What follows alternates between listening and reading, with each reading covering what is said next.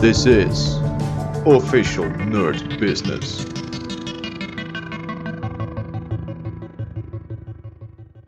Hello nerd boys and girls, and welcome back to our programming series. Today is a very special day because it is March the 14th, which in American date notation makes Pi Day, actually. 314 are the first couple of digits of pi, and since today is March 14, wouldn't it be nice if we had a only challenge for you that involves pi, involves circles in some form or wherever pi tends to pop up? Well, we don't. But we do have problem number 33, which involves fractions, digit cancelling fractions to be precise. As you can see, I've already created the boilerplate code that I regularly use for these programming series. And up top is our description, so let's get into it. Digit cancelling fractions. For parameters, I take an upper bound or a lower bound and an upper bound. And the description reads: the fraction 4998 is a curious fraction, as inexperienced mathematicians in attempting to simplify it may incorrectly believe that since we can stripe out both 9s and get the same result back, that we can cancel the same digit in double-digit fractions. This, of course, is not true. In fact, there are, for this fraction that might work, and there are a couple of others. The challenge here is to find those, where we find these examples to be trivial and they do not count. And there are exactly 4 non-trivial examples of this type of fraction, less than 1 in value and containing 2 digits in the numerator and denominator. If the product of these 4 fractions is given in its lowest common terms, find the value of the denominator. So what this basically asks us to do, if we can read through all of the math type language, is for each fraction that has a numerator indicating how much of a given type of fraction we have, and denominator denominating the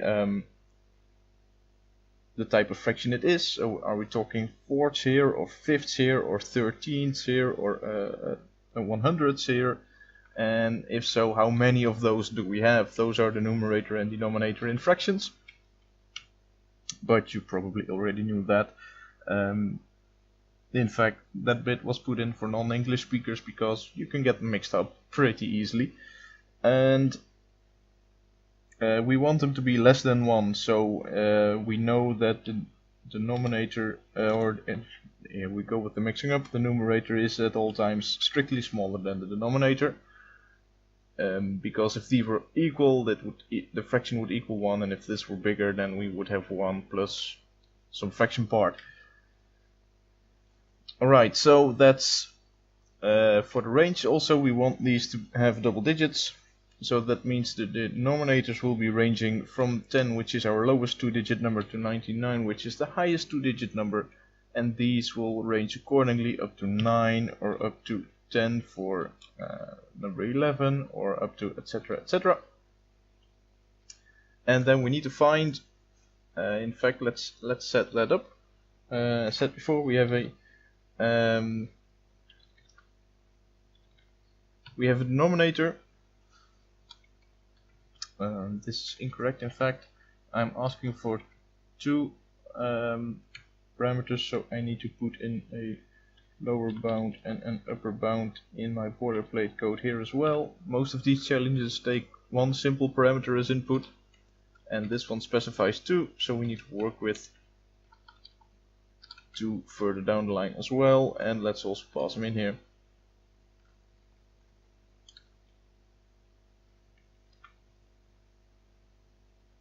Alright,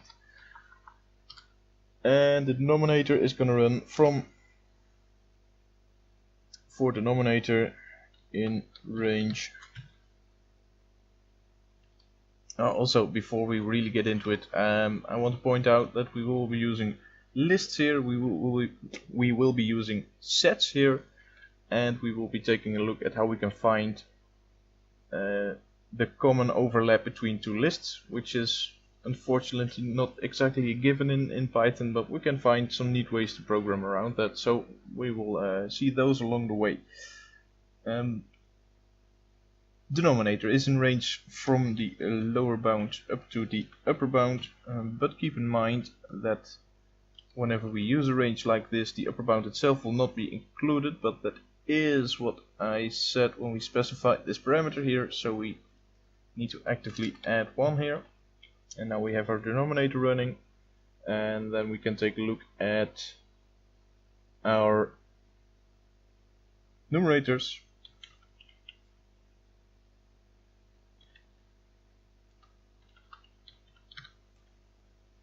And we can have this range from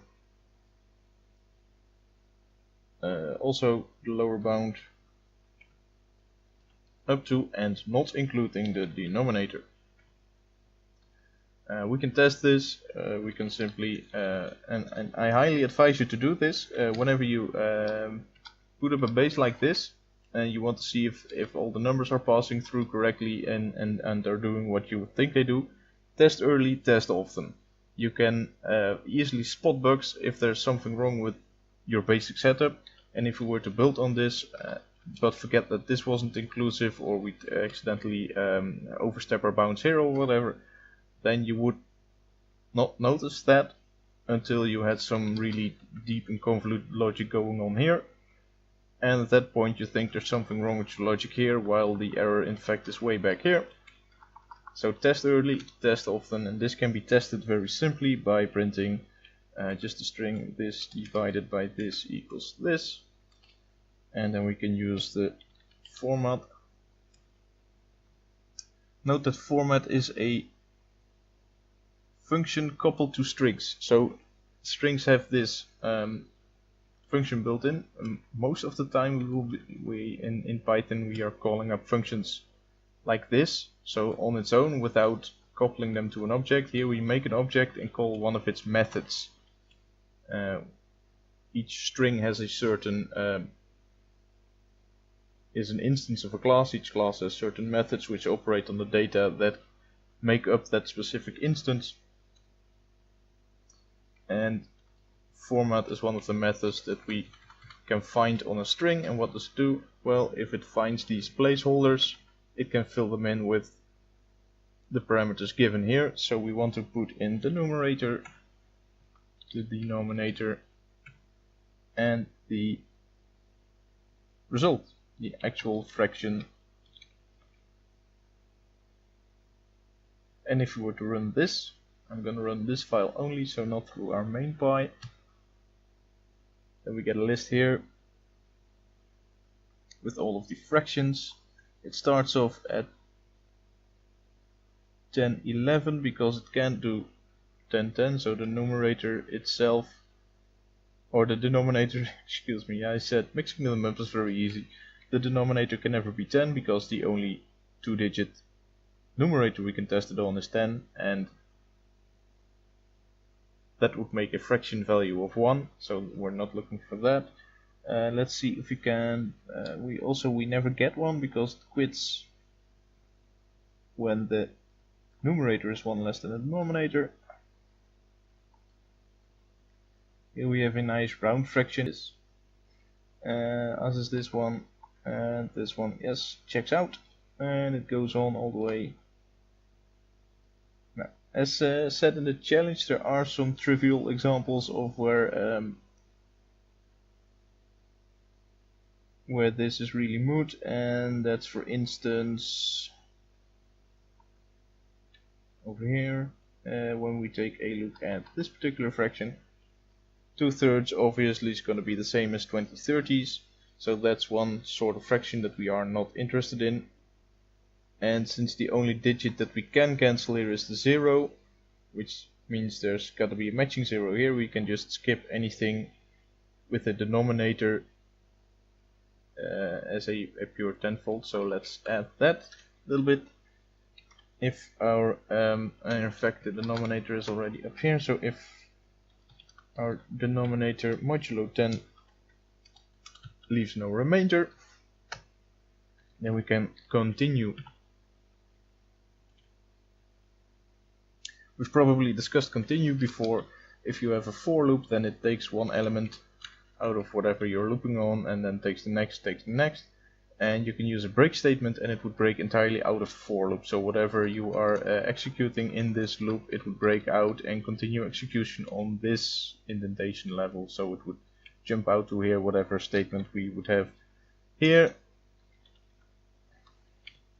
would be executed next, and if we have a continue, then it doesn't run through the rest of the loop and then jumps back to the for definition itself and picks up the next element in your range. So it quits early within this particular loop without breaking the looping mechanism as a whole. So that's what we want to do if we have denominators 20, 30, 40. So does this do what it says on the bottle? We have no more denominator 20 or 30. Slightly further down the line here. 30 is gone, so that cleans up our list a little bit. If we now find a fraction that when cancelling digits checks out, then we know we have one of the 4 non-trivial examples of digit cancelling fractions. So let's try and test for that. We can do without this for the moment. And how do we check for that? Well, our numerator, if we take it as a string value, because it's an integer right now, but I want to take it as a string value, so I'm going to say numerator string instance is cast to string of our numerator. And now we want to say, we want to check it has 2 digits, right? We've set this up for this to be a number in this form. Now I want to know if this digit occurs in our denominator, and I want to know if this digit occurs in our denominator. So I can simply check for this twice, or for each character in fact, which we could set up like this.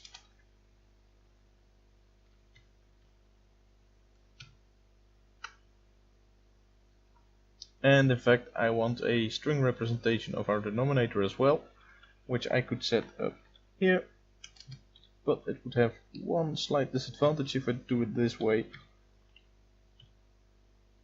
which is this is not going to change for every denominator, for every numerator we are testing within this denominator.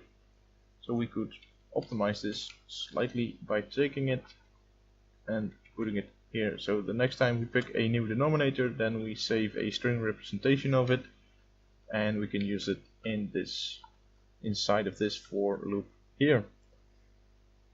Now if we have a duplicate character on both ends, so we've picked up one character out of the numerator, and if this is also present in our denominator,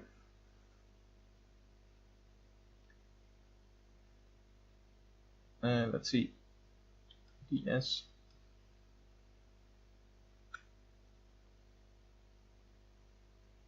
then I want to test something, which is new numerator is, and this is tricky because for instance 11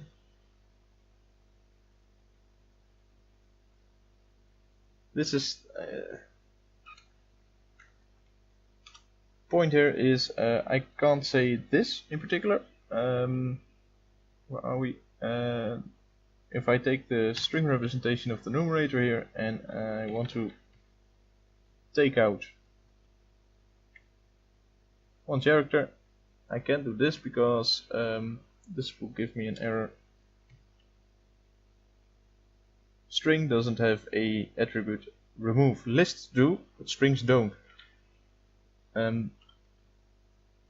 I've often said that strings act like lists in a lot of ways, and they do in a lot of ways, but unfortunately not in this specific case. So what we could do is cast this to list by using the same casting function as we did to get it to string in the first place. Note that you can't do this on an integer. If I put an integer in here, then playing the numerator, then I would get a one element list and it would never have this one string digit that we take out here. Int is not iterable, so it tries to iterate it because it's now in a list, and it can't, so this is not going to work. So we need to cast a string. In fact, we could have, this is why I made a variable out of it, because otherwise we need to cast a string here, because you can't loop over individual digits of an integer, and we would need to cast it to string again here. So that's why I've gone ahead and stored it in a variable here, so that we need this function call only once, and this should work without errors. It doesn't do anything at the moment, but at least we can show that this now runs without errors. And we need to do the same for the denominator, which again is casting a list of ds, from which I will remove one character. Now note that the remove function only removes the first instance that it finds. So if the if either number were 11, for instance, then this character now would be a 1. It would check if both items did have a 1, so if it were 11 over 41, for instance, then it would, and it would start cancelling the 1s. Now when it gets here, it removes C, but it only removes the very first instance of C that it finds, and it leaves the rest of the string intact, or the list in fact. In fact, we need to regroup this, and this is not very pretty, unfortunately. Hang on, those were supposed to be quotes. Join is another one of these string methods. So I have a string here, and I'm calling join on it, which in most programming languages goes the other way around. You have an array and you call join on it, and then you say for all the elements in my array, let's say that we have an array such as this, and I would like to join them, glue them together with this with dashes, for instance. Now the output should be 1 dash 2 dash string, or I could specify semicolons for data files or whatever. Then I get 1 semi 2 semi 3. In Python, the syntax for this is opposite to what I'm used to anyways. So we have a string here, which is now our separator. I could make this dashes or dots or whatever, and then I feed it a list, and then the list gets glued together with this string as a separator. In this case we use the empty string, so everything is glued together without any separation. So after removing a digit, the resulting list, which is now only one element, or in fact, since it is only one element, I don't exactly have to join it. I could, no I can't, I do need to, no I can't join it right in this call. Excuse me, something else is going on here. When we call remove on a list, it returns none. Remove doesn't have a return type, so when I use this, this is now none in fact.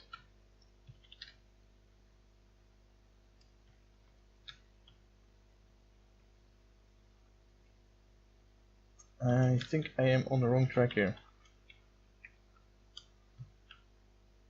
I am on the wrong track here. Oh, this is no good at all. I need to do this.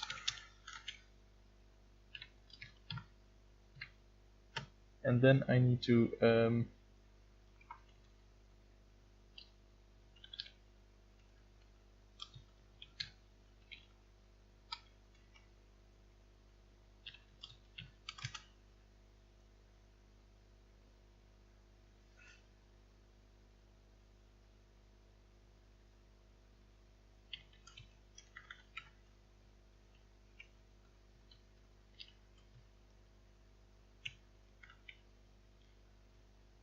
this is gonna work better, I suppose.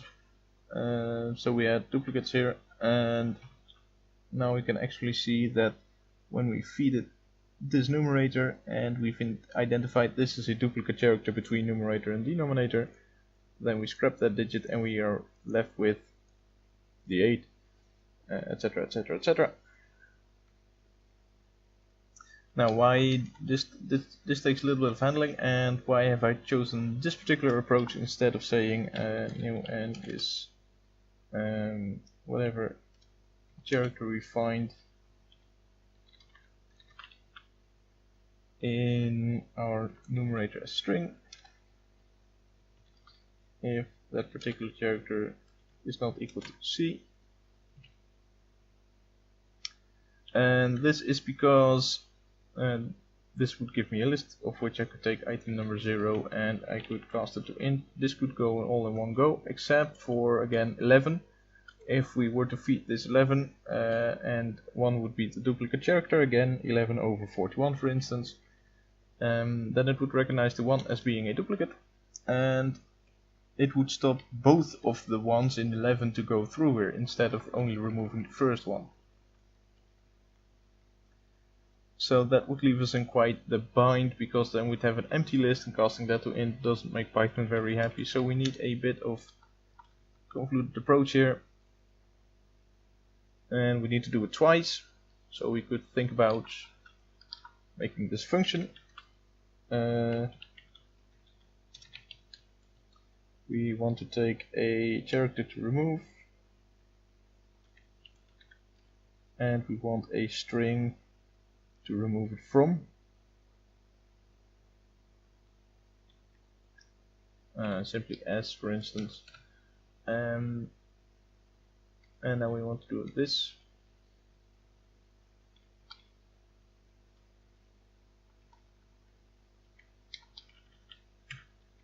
With just a temporary list of all the digits, or of all the characters in the string. Then we are going to remove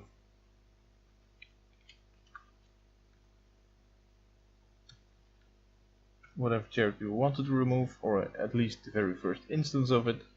And we want to return integers here, or simply strings. I think we want to return strings here, that would be neatest. We want to just return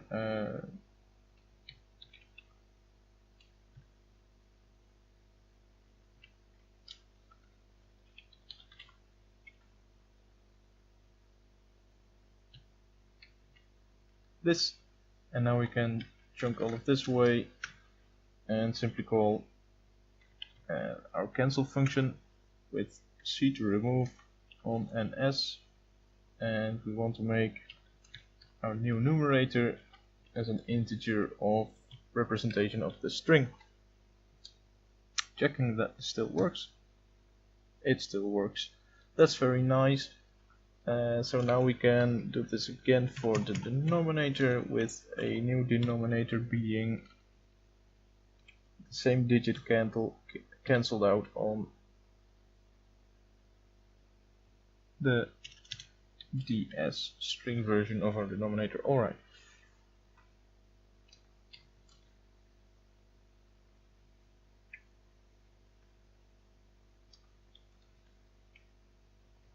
That's one comma too many, and that should have gone there, right? So as you can see here, these both have 6's, so if we remove both 6's we are left with 1 and 7. Now, is the fraction 1/7 equal to the fraction 61/76? Let's find out. If new numerator over new denominator equals numerator over denominator. Now we're only going to print 4 outputs. These are 4 outputs. We appear to be on the right track, ladies and gentlemen. Now we want to store some information about those new fractions.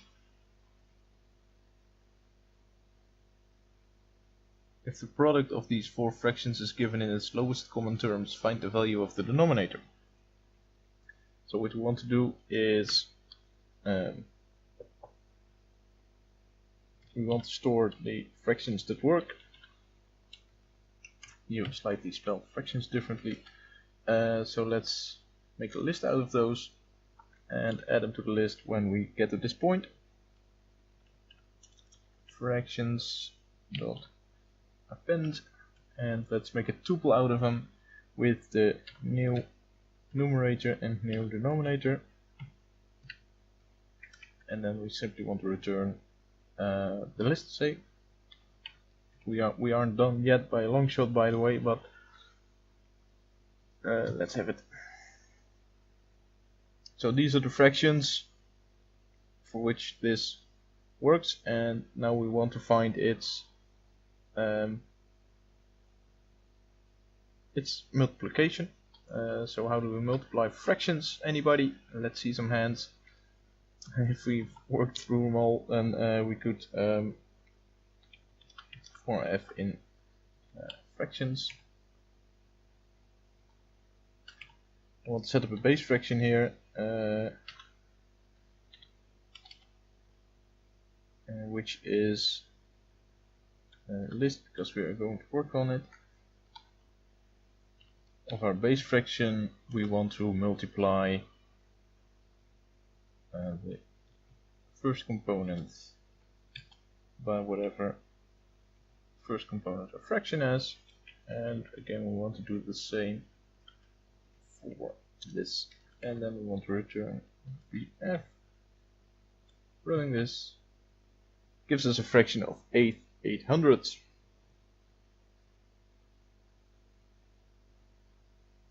If you enter, we wanted to see the denominator right, if you enter 800 over at Project Euler, you will get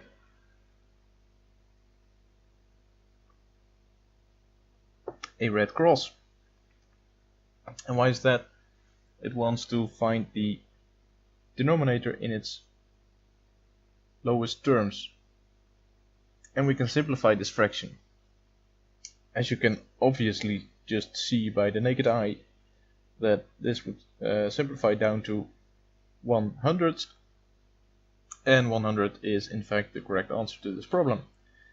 We are however not going to eyeball this. If you'd bear with me for a couple more minutes, I can show you how to simplify this fraction. We could do that by calling the function simplify fraction, giving it a numerator and a denominator to test for. So let's insert bf here, but since the function needs 2 arguments and we only applied 1, but it's a list, let's expand it. This star notation here explodes this list to fit each element into 1 argument of the simplify fraction function. And as you can tell by the red squiggly that we now see, this function is unknown. We don't yet have a simplify fraction function. So let's get cracking on a simplify fraction function here. And we get a numerator and a denominator in, and now we want to do a couple of tricks. How can we simplify a fraction? Basically we want to eliminate whatever common prime factors these numbers have. Because if you have a number, and this goes back to a couple of the prime factor thingies we did, in fact it goes back all the way to problem number 5. But if you have a number that consists of A, B, B and C, and you have another number consisting of prime factors B, C and E, skip a couple of numbers here, or G, whatever, then you can see that they have a common factor of B and C, which leaves the uncommon part to be, in this case, A and B. And the same for this number. Let's pop it in.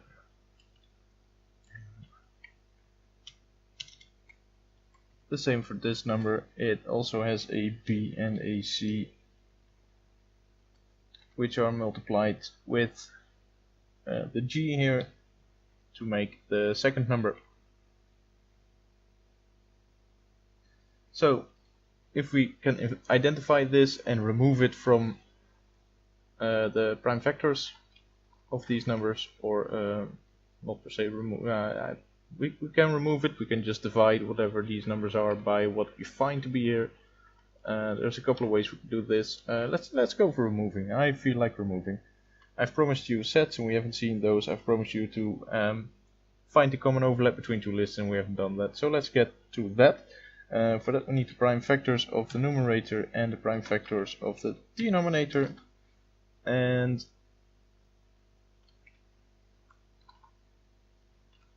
we would appear to not yet be importing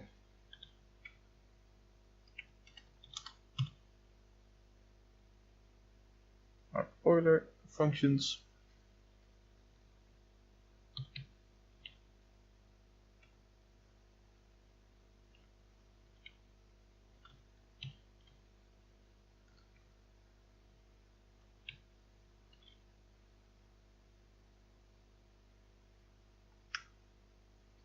And let's just simply print them to check that this is working as we'd expect. Pfn and pfd.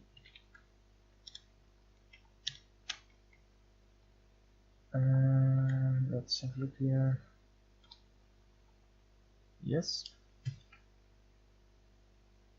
Here we have the prime factors of 8 and 800, and as you can see there is an overlap with all the 2's here, though we need to watch out that we don't remove too many 2's because there are still 2 2's in here. Let's determine the commons.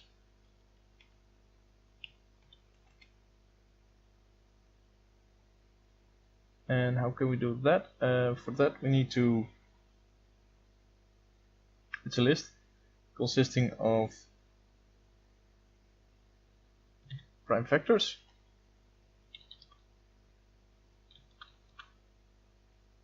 and I promise you set operation, so here it is.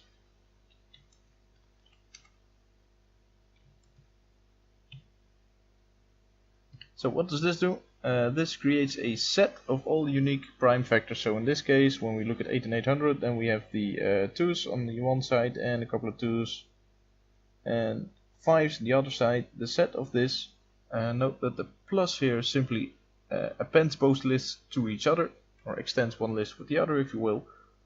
For the set operation, doesn't actually modify one of these lists, create a new list without a variable name attached to it. But it uses it as input for set, and it would simply yield a list with 2 and 5 because those are all the unique items on these lists. And this would give me 2 and 5, but those are, in fact, this would give me 2 and 5 at this point in time, which is not what we want. We want to, or in fact, I'm doing it wrong again. I've made a trial run of this, and I want to do this instead. In set bfn plus bfd, and now we want to add to the comments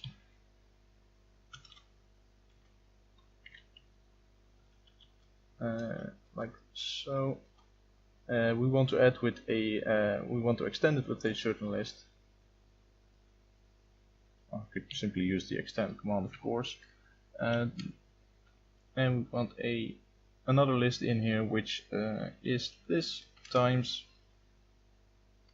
when we now look through all of the prime factors, even if they are not shared by both lists of, so for instance 5 is only on this list but not on that one, and there are 3 2's that are shared between them but not anymore, so we need to limit the number of 2's and we need to limit the number of 5's. So in fact we want to take the minimum of the prime factors of n dot count this particular prime factor and prime factors of d. Count is a function that works on lists, etc. You give it one argument and it checks to see how often that one argument is on the list in question. So in this case, and I do have sufficient brackets here. In this case, we get a 2. So it wants to add to our comments list, which starts out empty. It wants to add 2 to it, and it checks to see how often it needs to do this.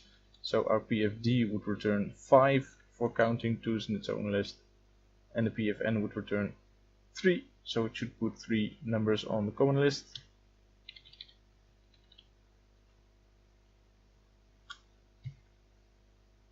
And it does. Now, since we know that these numbers always are on both lists, we want to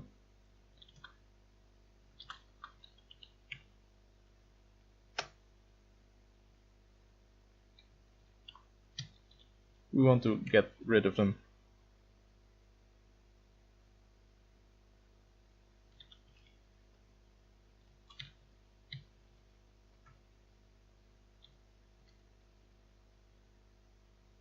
And then we need to return. We got 2 elements in. It's only fair if we return 2 elements again, which is we have in our lib Euler function. You all know the sum function, which returns the sum of all elements in a list. And we've previously created a product of list function that takes the lists and multiplies all elements with each other.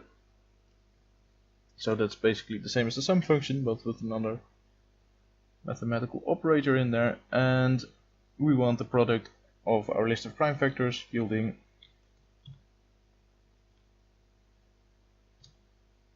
the number itself, of course.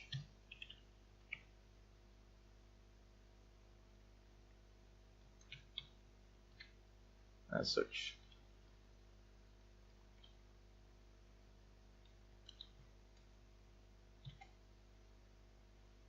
I wonder if this will hold. It does. And here we have our answer. It's now clearly on the screen. And once again, running through it top to bottom, there are a couple of fractions which, when you cancel digits in a 2-digit fraction, it matches the corresponding 1-digit fraction.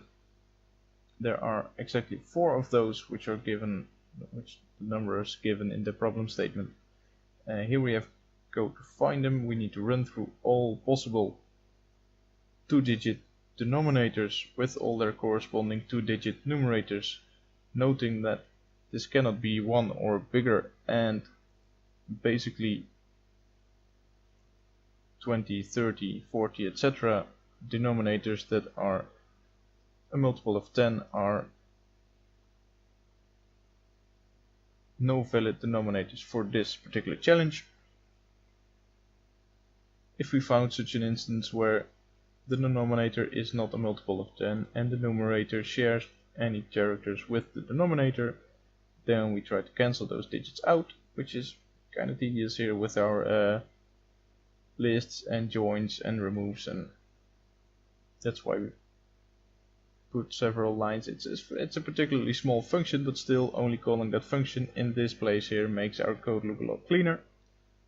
And since we're doing it twice, otherwise we'd have this little block. It's only a little block, but we would have it twice in our code doing exactly the same thing.